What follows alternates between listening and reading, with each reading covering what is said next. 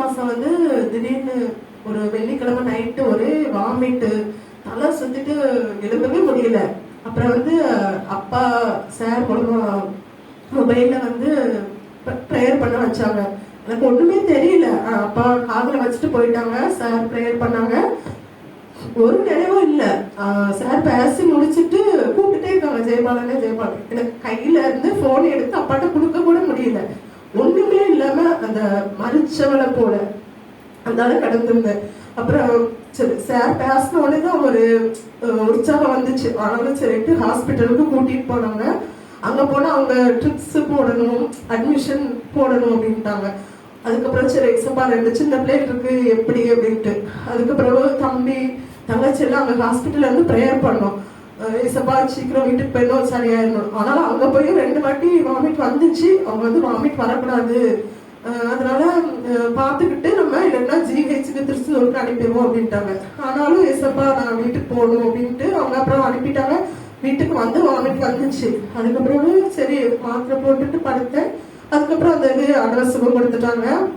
அது போல மே மாசம் வந்து சின்ன பையன் ஆபிஎஸ்க்கு வந்து திடீர்னு காய்ச்சல், நல்லா விபிஎஸ்க்கு நல்லா போயிட்டு இருந்தோம். அன்னைக்கு அடுத்த நாள் வந்து டூருக்கு போகணும் அப்படின்னு சொல்லிட்டு நல்லா சந்தோஷமா தான், அதுவும் வந்து வெள்ளிக்கிழமை தான் சந்தோஷமா கிளம்பிட்டு இருந்தோம். நைட்டு தூங்குடனே வந்து பக்கத்துல நான் வந்து பைபிள் வாசித்துட்டு இருக்கேன். படுத்து நல்லா தூங்குனவே எழுப்பிய மடியில வந்து திடீர்னு வெட்டு வருது. அந்த கண்ணு எல்லாம் மூடிட்டு அப்புறம் வாயில இருந்து நுர வருது. ஏசப்பான்னு அழுதுட்டு குடும்பமா ஓடணும் ஹாஸ்பிட்டலுக்கு. அங்க போன ஏசப்பா ஒரு நாள் ஃபுல்லா காய்ச்சல் அப்படி கொதிக்குது. அந்த இடத்துலயும் அந்த ஐசியோடையும் ஏசப்பாவுக்கு கூப்பிட்டோம்.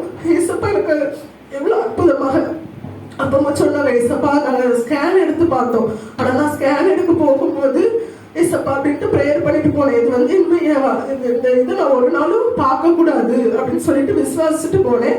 ஸ்கேன் எடுத்தாங்க. எடுத்துட்டு ஒண்ணுமே இல்லை, இந்த காய்ச்சல் அதிகமானனாலதான் வந்திருக்கு அப்படின்னு சொல்லி அதற்கு முதல்ல ஏசப்பா ப்ரேயர் பண்ணிட்டு தான் நான் அந்த ஹாஸ்பிட்டல் அந்த டாக்டர்கிட்டே பேச போனேன்.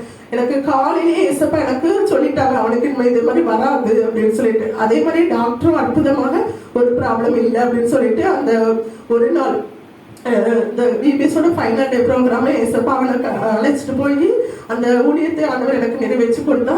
கர்த்தர் தாமே இந்த சாட்சி ஆசீர்வதிப்பாங்க.